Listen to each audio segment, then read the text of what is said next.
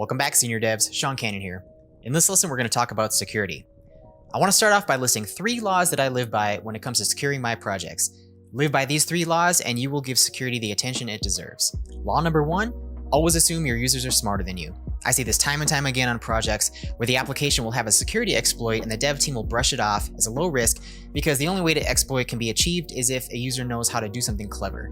Some of the best hackers in the world are among the smartest people in the world. The moment you think the site is secure enough is the moment when you should obtain a security consulting firm to run penetration tests on your system. We'll come back to this in a little bit. Law number 2, if your project is a backdoor, assume everybody knows about it.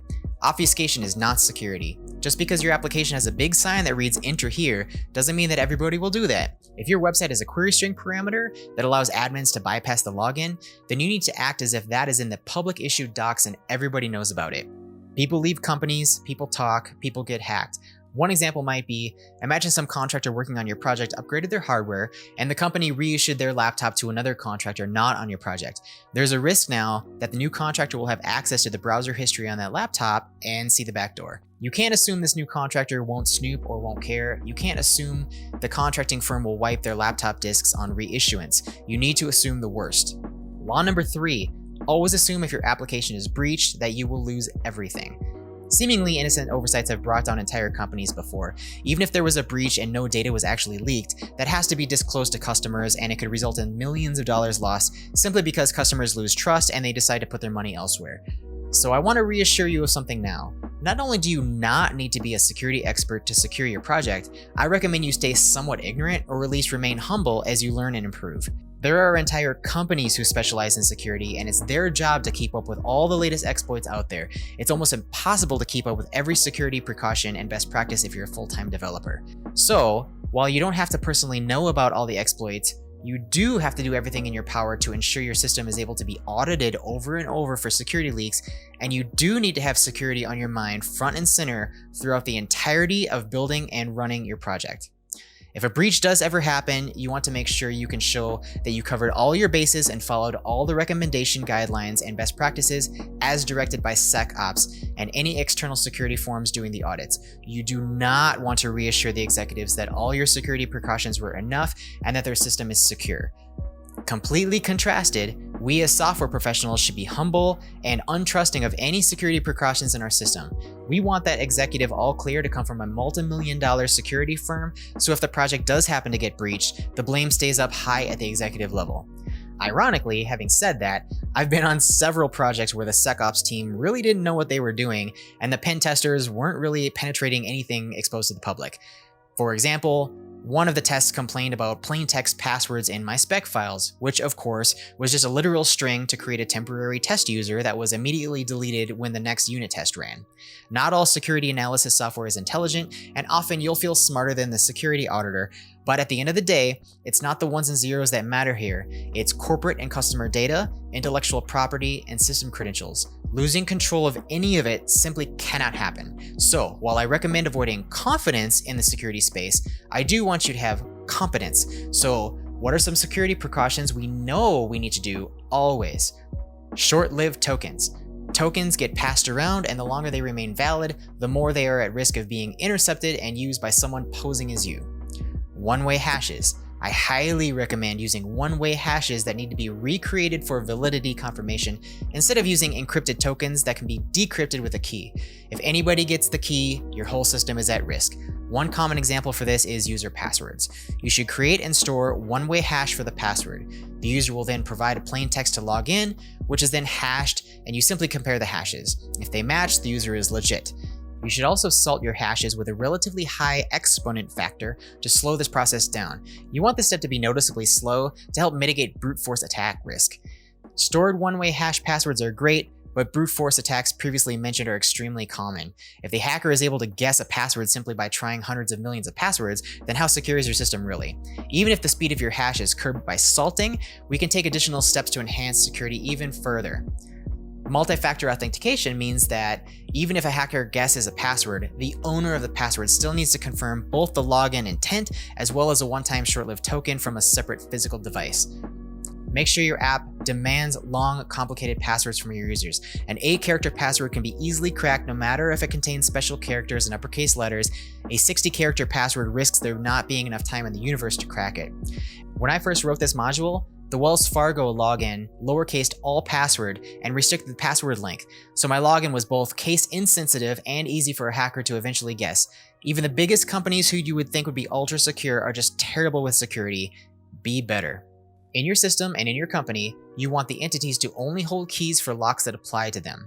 For example, if you have 20 microservices but only one of them connects to Amazon S3, then that's the only one that should have access to Amazon S3. For engineering, the UI team does not need the production database password. Every entity that holds a key risks losing the key, abusing the key, or having it taken away from them by an attacker. When you're dealing with other people's information, you need to assume the worst case scenario. Only give people access to what they need to do their jobs. Keep track of and reassess that access regularly, and only expose credentials and keys in environment variables to systems that need the keys to function properly. I want to talk a bit now about authentication versus authorization. Authentication is essentially identity, and authorization is essentially permission. While they both live under the same security umbrella, I often hear developers conflating the two, even though they are very different. Setting your project up for authentication is essentially putting a login gate between the user and the application. The user provides some form of identifier and credentials for proof, and our system either looks up the user based on the identifier and validates the proof, or delegates that step to another identity provider using OAuth or a similar approach. Authentication is essentially going to a concert, showing your ticket to the bouncer, and in turn, they put a green wristband on you and let you in the door. Authorization is essentially whether or not your wristband lets you go anywhere in the venue or only some places. Maybe you try to get backstage with your green wristband, but a separate bouncer says, sorry, you need a VIP badge, for example. So if a login gate covers the basics of authentication, how do we handle authorization? Can't the login gate handle both? Yes, it can, but only if everybody using the application has the same permissions. This is a common pattern when you compartmentalize apps through subdomains or routes where each app has its own login. Maybe your website presents www.myapp.com to customers and admin.myapp.com to employees. If you're developing a mobile app, you might have an app dedicated to customers and another app entirely dedicated to internal staff. Each of those apps can then only know about the APIs that apply to their respective users. This follows the separation of concerns principle and makes authorization handling quite simple because you essentially only have to do that one security check at the front gate. If, on the other hand, you have an application which presents a common UI to users with varying permissions, then you need to adopt roles and permissions into your identity layer so you can check them at the permission layer. In our concert analogy, maybe some folks have a green wristband, some have a media pass so they can take photos on the main floor, some have a VIP badge to go backstage, and so on. That venue can't just have one bouncer at the front door, it needs to have one at each designated area. These bouncers on the inside only care about your badge, not your ticket. Only the front door bouncer cares about your ticket. If you had to carry your ticket around the venue and prove its validity to each bouncer, it would not only make security extremely slow, but it also increases the likelihood that you drop or lose your ticket or that someone else steals it from you. The principle of least privilege tells us that only the authentication gate knows about the password, not the authorization gates. In my projects, I typically use RBAC, which stands for Role-Based Access Control. It's broken up into 4 main data points: roles, resources, role assignments, and permissions. Roles are essentially just a name for a typical position. I recommend avoiding using simply admin because in RBAC, different roles can get permissions to different resources and permissions can cross over each other. So admin becomes a very fluid term, like you're an admin of what? I prefer using real positions or a shared department role, like tech lead or customer support manager, SecOps, something like that. It makes it so much easier to correlate who is most likely to need access to what based on their daily responsibilities. Resources are entities in your application which need to be gated. Most of my project work is web development, and so I consider a resource to be a combination of an HTTP request type and action.